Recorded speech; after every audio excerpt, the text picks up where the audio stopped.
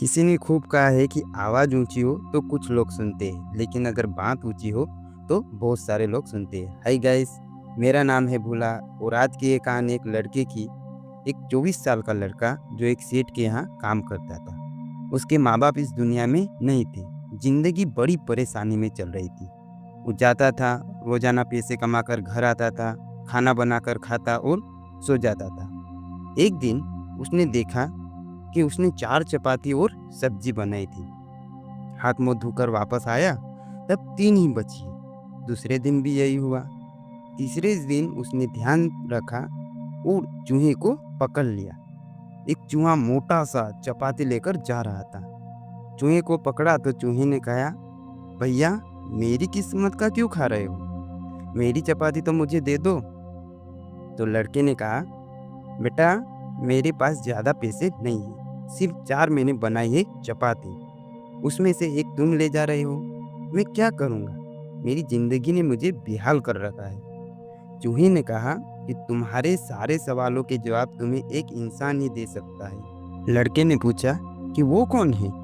तो चूहे ने जवाब दिया, गौतम बुद्ध। उनके आश्रम में जाओ, उनसे अपनी ज़िंदगी के बारे में पूछो, वो तुम्हें रास्ता बताएंगे कि करना क्या है। लड़के ने कहा, बहुत बढ़िया बात है।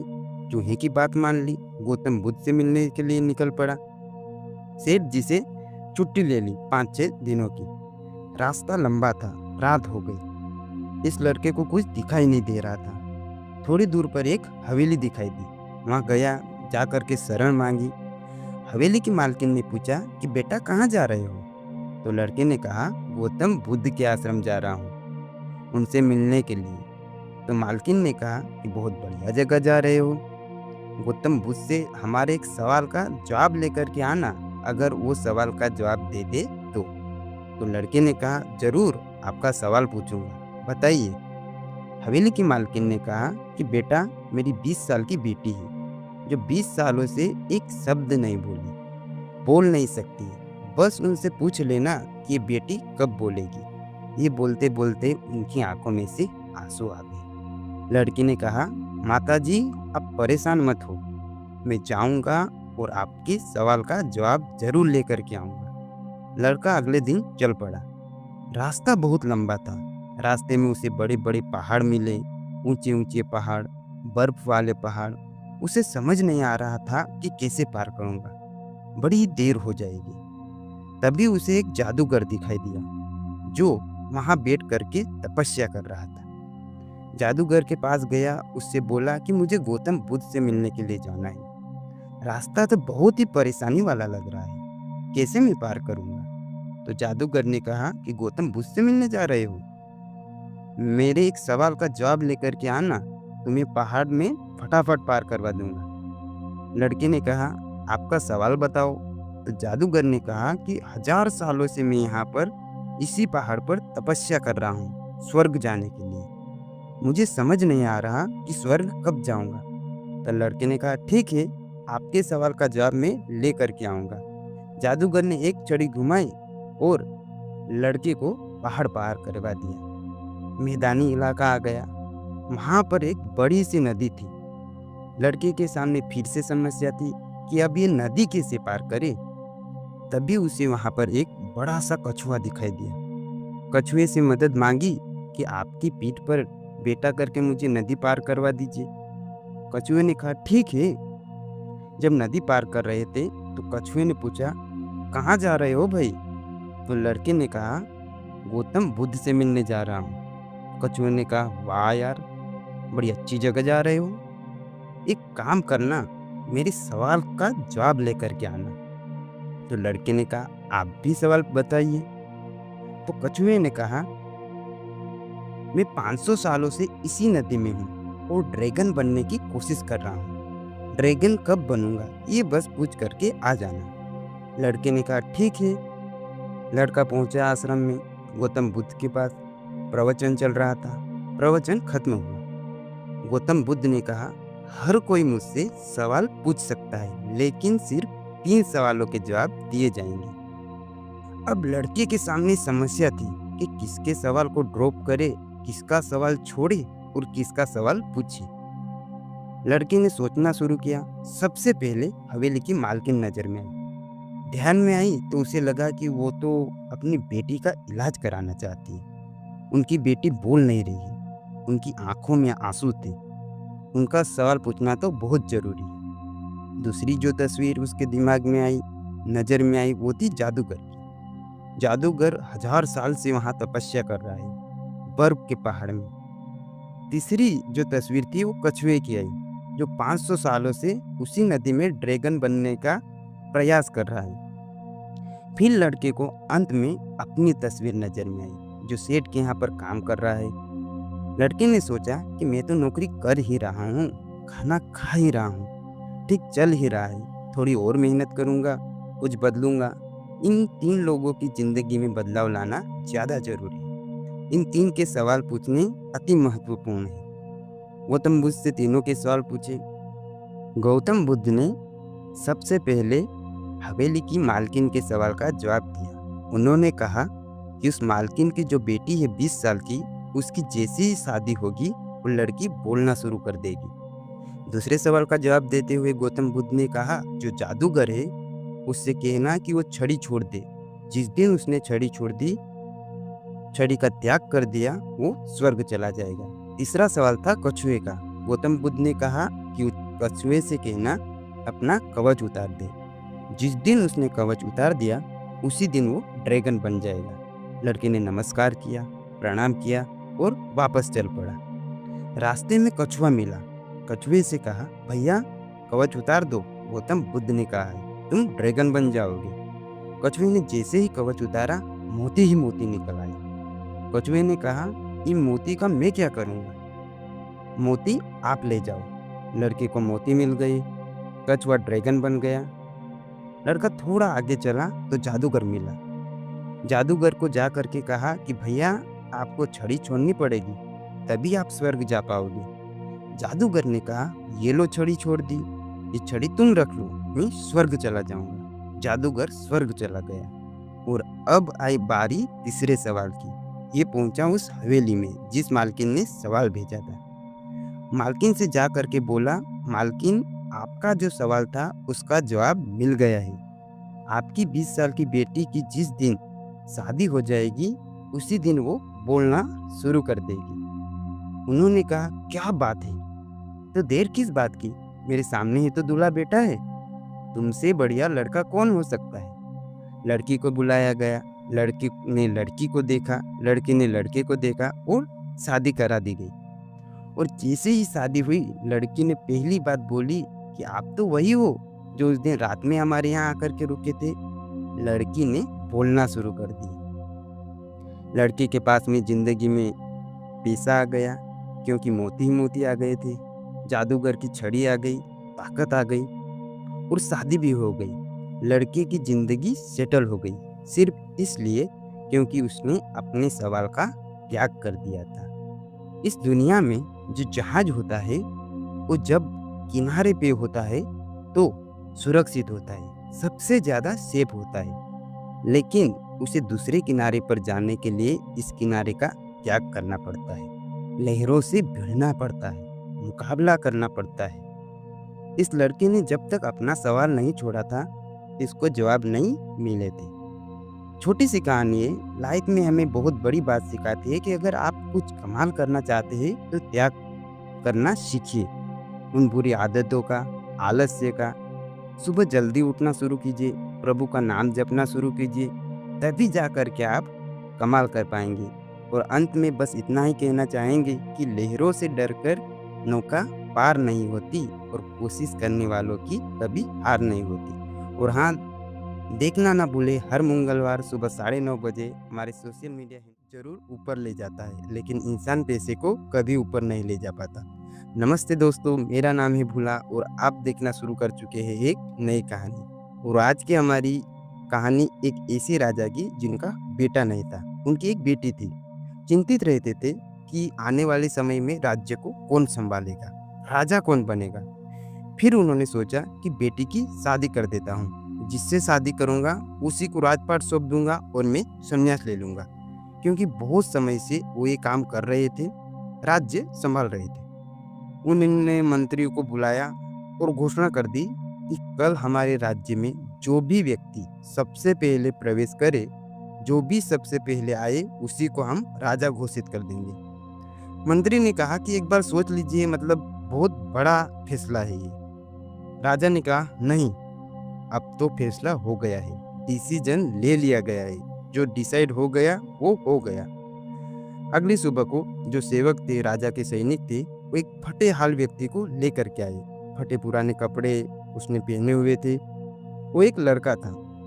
राजा ने जो घोषणा की थी उसके मुताबिक उस लड़के की अपनी बेटी से शादी कर दी और उसे राजा घोषित कर दिया। और उसके बाद राजा राज तिलक करके उन्होंने संन्यास ले लिया। ये जो लड़का था धीरे धीरे किस तरीके से राज्य को संभालना है, कैसे काम करना है, युद्ध में कैसे जाना है, क्या तैयारी होनी चाहिए, ये सब करने लगा और बहुत अच्छा राजा साबित हुआ। लोग कहने लगे कि राजा साहब की वाहवाही है, पुराने वाले राजा साहब की, जिन्होंने ये सोचा और इतनी अच्छे लड़के को राजा साहब बना दिया। और ये सब होने लगा। जिस राजमहल में वो जो राजा रहता था उसमें अलग अलग बड़े कमरे थे, बड़े बड़े शस्त्रागार थे, बड़े बड़े खजानों के लिए कमरे बने हुए थे। उन सब की चाबियाँ अलग अलग लोगों के पास में रहती थी। जो शस्त्रागार था उसकी चाबी सेनापति के पास में रहती थी, जहाँ खजाना था वो वित्त मंत्री के पास में, जहाँ पे कागजात थे उनकी चाबी दूसरी मंत्रियों के पास में रहती थी। लेकिन उस राजमहल में एक छोटी सी कोठरी थी, उसकी चाबी वो राजा हमेशा अपनी कमर में बांध करके घूमता था। और इस बात को लेकर के मंत्रियों में हमेशा कानाफूसी होती थी कि क्या है उस कोठरी में, जिसकी चाबी राजा साहब अपने पास रखते हैं, किसी को देते भी नहीं है। कमाल की बात तो यह होती थी कि 15-20 दिन में राजा वहां जाता था उस कोठरी में और आधे घंटे तक वहां रहता था और उसके बाद में बाहर निकलता था। तो मंत्री सोचा करते थे कि शायद बहुत जरूरी चीज, बहुत इम्पोर्टेंट चीज है जो कि राजा ने वहां छिपा रखी है, वहां उस कोठरी में। एक बार हिम्मत करके वो जो वित्त मंत्री थे, राजा से बड़े थे, तो उन्होंने पूछ लिया कि राजा साहब माफ कीजिएगा, लेकिन ये बस जानना था कि अंदर क्या है कोठरी में जिसके लिए आप जाते हैं। राजा गुस्सा हो गया। राजा ने बोला कि क्या बदतमीजी है, तुम्हारी हिम्मत कैसे हुई मुझसे पूछने की। उसको डांट दिया तो चुप हो गया। उसने फिर सेनापति को बताया कि अगर आप एक बार कोशिश कर पाए। सेनापति ने भी पूछा हिम्मत करके कि राजा साहब अंदर क्या है। राजा ने सेनापति को भी डांट दिया। इन मंत्रियों को लगा कि एक काम करते हैं, महारानी जी को बोलते हैं, वो ये बात मालूम करवाएगी कि अंदर क्या है। तो महारानी को बोला गया। बीवी के आगे जो जिद होती है उसके आगे पति की कहाँ चलती है। तो रूठ गई महारानी जी, बात नहीं करती थी, खाना नहीं खाती थी। उन्होंने कहा जब तक आप नहीं बताओगे मैं खाना नहीं खाऊंगी, बताओ मुझे अंदर क्या है। राजा ने कहा ठीक है, अब चलो मेरे साथ। महारानी को लेकर के, मंत्रियों को लेकर के राजा उस कोठरी के बाहर पहुंच गया। चाबी कमर में लटकी थी, चाबी से ताला खोला, अंदर उन लोगों को लेकर के गया। अंदर कुछ भी नहीं था। अंदर कील पर फटे पुराने कपड़े टंगे थे और कुछ भी नहीं था। तो मंत्री थे और महारानी थी, वो पूछने लगी कि यहाँ तो कुछ भी नहीं है, आप क्या करते हैं यहाँ आकर के आधे घंटे तक। राजा ने कहा कि मैं यहाँ अपनी शुरुआत को याद करने के लिए आता हूँ। जब भी मुझे 10-12 दिन, 15 दिन, 20 दिन, जब भी मुझे राजा होने का घमंड हो जाता है कि मैं ही सबसे बढ़िया हूँ, उसी दिन मैं इस कमरे में, इस कोठरी में चला आता हूँ और आधे घंटे तक बैठा रहता हूँ, अपनी शुरुआत को याद करता हूँ, इन कपड़ों को देखता हूँ, ये मेरी शुरुआत है। वो तो पुराने राजा साहब की दया थी, कृपा थी कि उन्होंने मुझे राजा बना दिया। ऊपर वाले का आशीर्वाद है कि मैं यहाँ तक पहुँच गया, वरना मेरी शुरुआत तो ये थी, मैं ये था, यहाँ तक पहुँचा हूँ, इस हाल से निकल के आया हूँ, इस हाल को याद करने के लिए आता हूँ ताकि कभी भी घमंड इधर सवार न हो। छोटी सी कहानी है, लेकिन बस ये याद दिलाती है कि जिंदगी में कभी भी आपको लगे कि आपके अंदर ईगो आ गया है, आप अपने आप को बेस्ट मानने लगे हैं, आपको लगता है कि मेरे जैसा तो कोई है ही नहीं, तो अपनी शुरुआत को याद करना उन दिनों को जब आप स्ट्रगल कर रहे थे, आप अपने आप हम्बल होने लगेंगे, विनम्र होने लगेंगे, ज़मीन से जुड़ा हुआ महसूस करने लगेंगे। एक बार फिर से कहना चाहता हूँ कि पैसा इंसान को ऊपर ज़रूर ले जाता है, लेकिन इंसान पैसे को कभी ऊपर नहीं ले जा पाता। और हाँ, देखना ना भूलें, हर मंगलवार सुबह 9:30 बजे ऐसा कोई इंसान नहीं जिसके पास समस्या नहीं है, और इस धरती पर ऐसी कोई समस्या नहीं जिसका समाधान नहीं है। हाय गाइस, मेरा नाम है भोला और आपके लिए एक छोटी सी कहानी। एक कहानी है भिक्षुक की, जो गांव में घर घर जाते थे, भिक्षा मांगते थे, शाम में जंगल से लकड़ियां बीन के लाते थे और भोजन पकाते थे। रोजाना यही रूटीन था। गांव के पार झोपड़ी बना करके रहते थे। एक दिन शाम में जंगल में लकड़ियां बीनने के लिए गए हुए थे, रोजाना की तरह। और तब उन्होंने कुछ ऐसा देखा कि जिंदगी में कभी नहीं देखा था। वो चौंक गए, चमत्कार सा उनको लगा। जंगल में एक लोमड़ी थी जिसके दोनों पैर नहीं थे, लेकिन हष्ट पुष्ट थी। ये भिक्षुक सोचने लगा कि ये जिंदा कैसे है, ये चल फिर नहीं सकती, इसका अब तक किसी ने शिकार क्यों नहीं किया, और इसको भोजन कौन खिला रहा है, ये खाना कैसे खा रही है, कैसे अपनी जिंदगी जी रही है। ये सब वो सोच ही रहा था कि अचानक से एक दहाड़ सी सुनाई दी। जंगल का राजा शेर आने वाला था। बंदर इस पेड़ पर से दूसरे पेड़ पर कूद रहे थे। बड़ा डरावना सा माहौल था। अपनी जान बचाने के लिए भिक्षुक फटाफट से एक पेड़ के ऊपर चढ़ गया और देखने लगा कि नीचे क्या हो रहा है। जंगल का राजा शेर उस लोमड़ी की तरफ आ रहा था। थोड़ा पास आया तो दिखने लगा कि जंगल का राजा शेर था, उसके मुंह में एक शिकार था। उस शिकार को लेकर के वो लोमड़ी की तरफ आ रहा था। ये भिक्षुक सोच रहा था कि उस शेर ने वो शिकार तो निपटा दिया, अब लोमड़ी को भी निपटा देगा। लेकिन जो हुआ वो अलग सा था। उस शेर जब लोमड़ी के पास आया तो जो शिकार करके लाया था उसमें से एक मांस का टुकड़ा लोमड़ी के सामने डाल दिया और चाव से बैठ करके अपना भोजन करने लगा, मांस खाने लगा। इस भिक्षुक के लिए सबसे बड़ा चमत्कार था कि उस लोमड़ी को शेर खाना खिला रहा था। ये मन ही मन गुदगुदाने लगा, ऊपर वाले को थैंक यू कहने लगा कि क्या बात है, आपने हमें जिंदगी दी, आपने हमको मुंह दिया तो निवाला भी आप दोगी, खाना भी आप पहुंचाओगी, वाकई में आप कमाल है। ऊपर वाले को बहुत कुछ कहने लगा। फिर इसे लगा कि ये आज ही हुआ है या रोजाना होता है। तो अगली शाम में फिर से जंगल में पहुंचा और वही पेड़ पर चढ़ करके देखने लगा। तो अगली शाम में भी शेर आया, वही दहाड़, वही सीन बना, शिकार करके लाया था, मांस का टुकड़ा उसने लोमड़ी के सामने डाल दिया और खुद भी खाने लगा।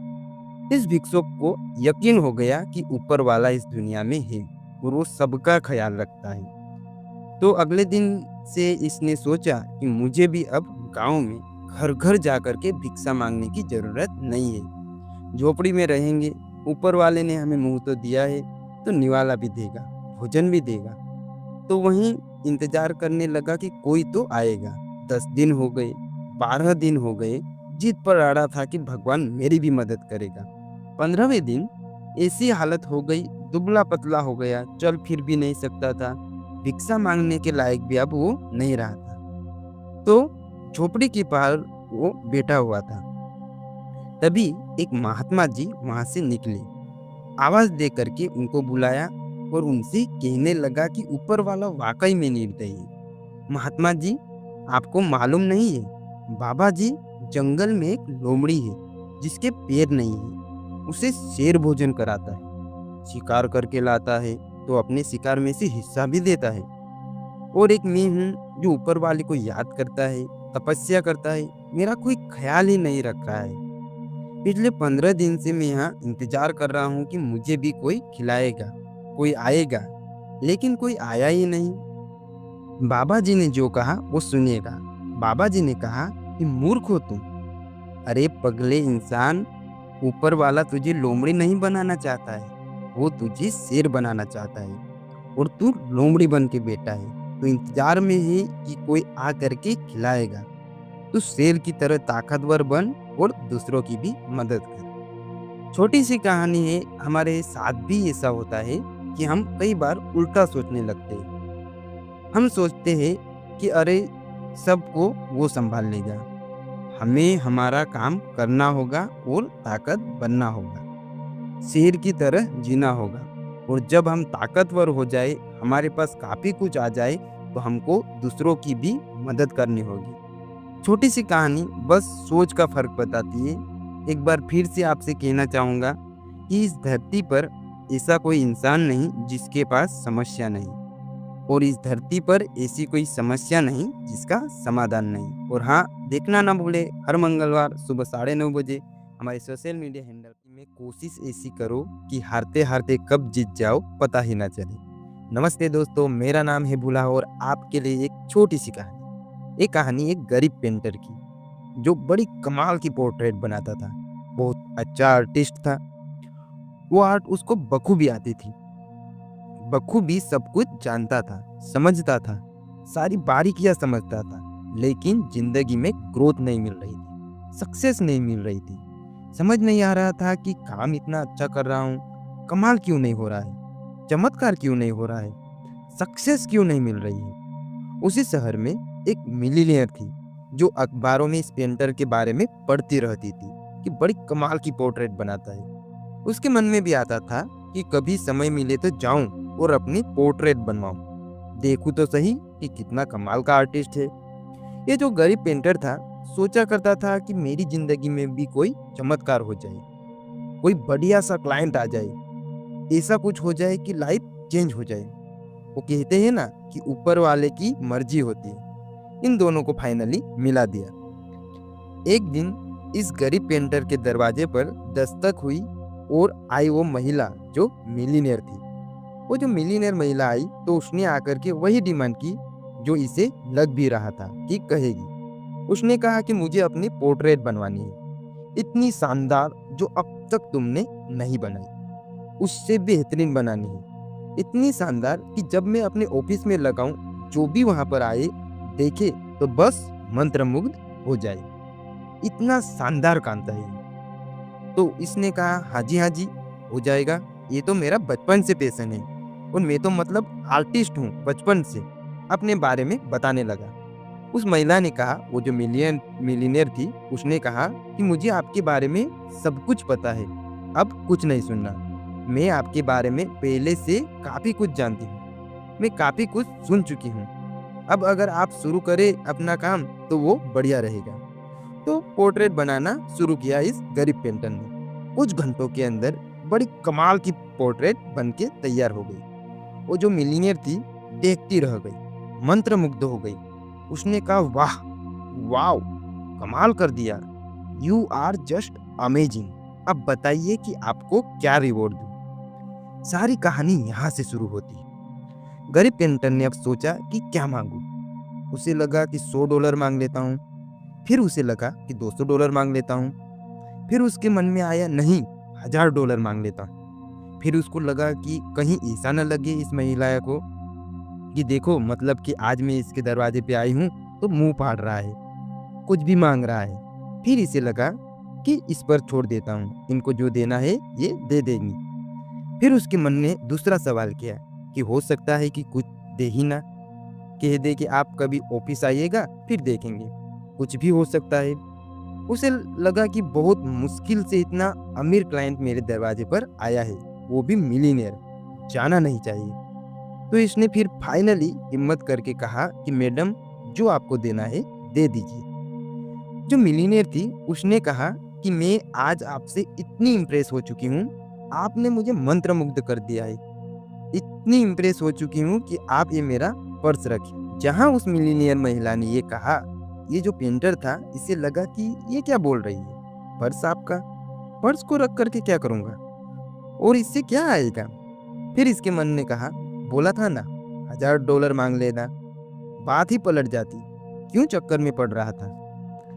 इसने कहा नहीं मैम, ये पर्स मैं नहीं ले सकता, ये मेरे किसी काम का नहीं है, आप मुझे $1000 दे दीजिए, $1000 बस, इससे ज्यादा कुछ नहीं चाहिए। उस महिला ने अपना पर्स खोला और उस पर्स में $1,00,000 थे। वो महिला इतनी इम्प्रेस थी कि $1,00,000 उस पेंटर को देना चाहती थी, लेकिन उसने मांगे सिर्फ 1000। कहानी पेंटर और उस मिलीनियर महिला की नहीं, कहानी आपकी और हमारी है। हम रोजाना ऊपर वाले से मांगते रहते, ये कर दो, वो कर दो, मेरी ज़िंदगी में चमत्कार कर दो, बहुत कुछ माँगते हैं। माँगते-माँगते थकते नहीं। कई बार तो अर्ज़ी लगा देते हैं कि ये हुआ तो ये कर दूँगा आपके लिए। आप और हम कुछ भी नहीं कर सकते उनके लिए। उन्होंने ये पूरी सृष्टि, ये पूरा यूनिवर्स बनाया है। तो वो जो सुपरनेचुरल पावर है, उससे माँगना बंद कर दीजिए। माँगना है तो बस ये माँगिए कि बस आपका साथ मिल जाए, कमाल हो जाएगा। और ऊपर वाले ने ये जो पर्स हमें दिया है, ये ज़िंदगी, ये लाइफ़, हम इंसानों को कहते हैं ना कि बहुत लकी है वो लोग जिन्हें ये मनुष्य जन्म मिला है। हमारे पास में इस दुनिया में कमाल करने की ताकत है। तो अंत में बस इतना ही कहूँगा कि ज़िंदगी में कोशिश ऐसी करो कि हारते-हारते कब जीत जाओ पता ही ना चले।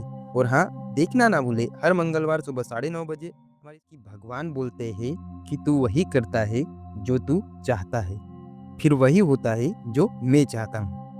इसलिए तू वही कर जो मैं चाहता हूँ, फिर वही होगा जो तू चाहता है। नमस्ते दोस्तों, मेरा नाम है भूला और आपके लिए एक छोटी-सी कहानी। ये कहानी भगवान श्री कृष्ण और उनके सखा धनुर्धर अर्जुन की। एक बार भगवान श्री कृष्ण और अर्जुन घूमने के लिए निकले हुए थे। तो उन्होंने देखा कि एक ब्राह्मण देव भिक्षा मांग रहे थे। उनका हाल देख करके अर्जुन को तरस आ गया। उसने भगवान श्री कृष्ण से कहा कि भिक्षा मांग रहे हैं, सही नहीं हो रहा है। इनको घर पर रहना चाहिए, ज्ञान बांटना चाहिए। इनकी जिंदगी कैसे सुधरेगी? तो भगवान ने कहा कि सोचो और सुधार दो। अर्जुन ने उन ब्राह्मण देव को अपने पास बुलाया और कहा कि महाराज, आप ये भिक्षा मांगते हुए अच्छे नहीं लग रहे हैं। एक काम कीजिए, मैं आपको सोने के सिक्के देता हूँ। आप जाइए और खुशी से अपनी जिंदगी बिताइए। खुश होकर के अर्जुन ने उनके पास में सोने के सिक्के थे वो ब्राह्मण देव को दे दिए। और वो जो पंडित जी थे चले गए अपने घर में झोपड़ी की तरफ, खुश हो रहे थे कि आज तो कमाल हो गया। अपने बारे में सोच रहे थे, अपने परिवार के बारे में सोच रहे थे कि सब कुछ बदल दूंगा, जिंदगी बदल जाएगी। तभी अचानक से एक लुटेरा आया और उनको लूट करके चला गया। वो जो पोटली थी सोने के सिक्कों की, वो उनसे छीन करके भाग गया। पंडित जी कुछ नहीं कर पाए। घर पहुंचे, जा करके अपनी पत्नी को बताया कि आज तो किस्मत बदलने वाली थी। धनुर्धर अर्जुन मिले थे, भगवान श्री कृष्ण मिले थे। उन्होंने मेरी मदद की, मुझे सोने के सिक्कों की पोटली दी, लेकिन एक लुटेरा लूट करके भाग गया। कुछ देर के लिए पत्नी भी उदास रही, पंडित जी भी उदास रहे, लेकिन कोई नहीं, जो काम करते थे वही करने लगे। अगले दिन फिर से भिक्षा मांगने के लिए निकल पड़े। अर्जुन और भगवान श्री कृष्ण एक बार फिर से घूमने के लिए निकले थे। उन्होंने देखा कि वही पंडित जी कल भी दिखे थे, आज भी दिख रहे हैं, आज भी भिक्षा मांग रहे हैं। अर्जुन ने पंडित जी को बुलाया और पूछा कि क्या हुआ महाराज? पंडित जी ने कहा कि क्या बताऊं, कल आपने जो सोने के सिक्के की पोटली दी थी, एक लुटेरा आया और लूट करके चला गया। मैं कुछ नहीं कर पाया। अर्जुन को थोड़ा और तरस आ गया। अर्जुन ने अब की बार एक मोती दिया और कहा कि ये अनमोल मोती है, इससे आपकी जिंदगी पलट जाएगी, बदल जाएगी, ले जाइए। पंडित जी बड़े खुश हुए, खुशी खुशी फिर से अपनी झोपड़ी की तरफ चल दिए। जब झोपड़ी में पहुंचे तो देखा कि पत्नी नहीं थी, वो पानी भरने के लिए गई थी नदी किनारे। पंडित जी सोच रहे थे कि क्या करूं, कहाँ छुपाऊं, अब की बार फिर से कोई लूट करके न ले जाए। तो एक पुराना घड़ा था, उसमें जा करके उस मोती को छुपा दिया और पंडित जी आराम करने लगे। इस बीच में उनका दुर्भाग्य तो देखिए कि पंडिताइन जो गई हुई थी नदी किनारे पानी भरने के लिए, उनके हाथ से घड़ा छूट गया। नया का नया घड़ा छूट गया। लौट करके घर में आई, झोपड़ी में देखा कि एक पुराना घड़ा रखा था। अब पानी तो चाहिए, वो पुराना घड़ा उठा करके ले गई। नदी में घड़े को जैसे ही डुबोया, वैसे ही वो मोती खिसक करके नदी में गिर गया। उनको पता नहीं था। वो पानी भर के वापस आई और देखा कि पंडित जी गुस्से में थे, उदास थे, कह रहे थे ये क्या कर दिया तुमने, उस पुराने घड़े में मैंने मोती छुपाया था। पंडित जी की पत्नी ने कहा कि मुझे माफ करना, मुझे पता नहीं था। अगले दिन फिर से वही काम करने लगे, भिक्षा मांगने जाने लगे। एक बार फिर से भगवान श्री कृष्ण और उनके सखा अर्जुन घूमने के लिए निकले हुए थे। अर्जुन ने देखा कि वही पंडित जी फिर से भिक्षा मांग रहे हैं। बुलाया और पूछा। पंडित जी जो थे उन्होंने अपनी सारी कहानी सुना दी, अपना दुख सुना दिया। अर्जुन ने अब की बार भगवान से कहा कि आप ही मदद कर दीजिए, आप ही कुछ कर दीजिए, मेरी मदद से इनका कुछ नहीं हो पा रहा है। भगवान श्री कृष्ण ने अपनी जेब से निकाल करके 2 सिक्के दे दिए और कहा, पंडित जी एक काम कीजिएगा, वापस जाइए अपनी झोपड़ी की तरफ, अब आगे घर घर जा करके भिक्षा मत मांगिएगा। पंडित जी क्या कहते, भगवान थे, आदेश था, मानना पड़ा। जाते जाते सोच रहे थे कि भगवान से अच्छे उनके दोस्त थे। इतनी बड़ी मदद की, भगवान ने सिर्फ 2 सिक्के दिए, 2 पैसे। पंडित जी अपनी झोपड़ी की तरफ जा ही रहे थे कि रास्ते में एक मछुआरा दिखा जो जाल में एक मछली डाल करके ला रहा था। पंडित जी को उस मछली की हालत पर दया आ गई। पंडित जी चाहते थे कि वह आजाद हो जाए। उन्होंने सोचा कि ये 2 पैसे इनका मैं क्या करूंगा। मछुआरे को दिए और कहा कि सुनो, ये मछली मुझे दो। मछली ली और उसे अपने कमंडल में डाल लिया। पानी भरा हुआ था, उसमें डाल लिया और उसको आजाद करने के लिए नदी किनारे पहुंच गए। जैसे ही उस मछली को नदी में छोड़ने वाले थे, पंडित जी ने कमंडल में देखा तो वहां मोती था। ये वो मोती था जो गड्ढे में से खिसक करके नदी में चला गया था। मछली ने निगल लिया था। मछली पंडित जी के पास आ गई थी। पंडित जी जोर से खुशी के मारे चिल्लाने लगे, मिल गया, मिल गया। तभी वो लुटेरा वहां से निकल रहा था। लुटेरे ने देखा कि पंडित जी ने शायद पहचान लिया है। लुटेरा जा करके पंडित जी के चरणों में गिर गया, माफी मांगने लगा कि महाराज माफ करना, ये लीजिए आपके सोने के सिक्कों की पोटली, किसी से कुछ मत कहना, मुझे सजा मत दिलवाना। लुटेरा ये बोल करके चला गया। अर्जुन और भगवान श्री कृष्ण ये सब देख रहे थे। अर्जुन ने कहा कि भगवान ये क्या हो गया, पंडित जी के पास में मोती वापस आ गया, सोने के सिक्के वापस आ गए, ये कौन सा चमत्कार है। भगवान श्री कृष्ण ने कहा कि सुनो, ये चमत्कार मदद का चमत्कार है, ये चमत्कार सबके बारे में सोचने का चमत्कार है। पंडित को जब तुमने सोने के सिक्के दिए वो अपने बारे में सोच रहा था, मोती दिया तब भी अपने बारे में सोच रहा था, लेकिन जहां मैंने उसे 2 सिक्के दिए, 2 पैसे दिए, उसने मछली के बारे में सोचा, मछली की जान बचाने के बारे में सोचा और सारा कमाल उस सोच की वजह से हो गया। छोटी सी कहानी है, हमें सिखाती है कि मुस्कान बांटते चलिए, दुआएं कमाते चलिए। दुआओं में बहुत बड़ी ताकत होती है। अच्छे काम कीजिए, अच्छा रिजल्ट आपको मिलके ही रहेगा और हमेशा सबके बारे में सोचिए। और हाँ, देखना ना भूले हर मंगलवार सुबह 9:30 बजे हमारे सोशल मीडिया हैंडल पर एक नई कहानी।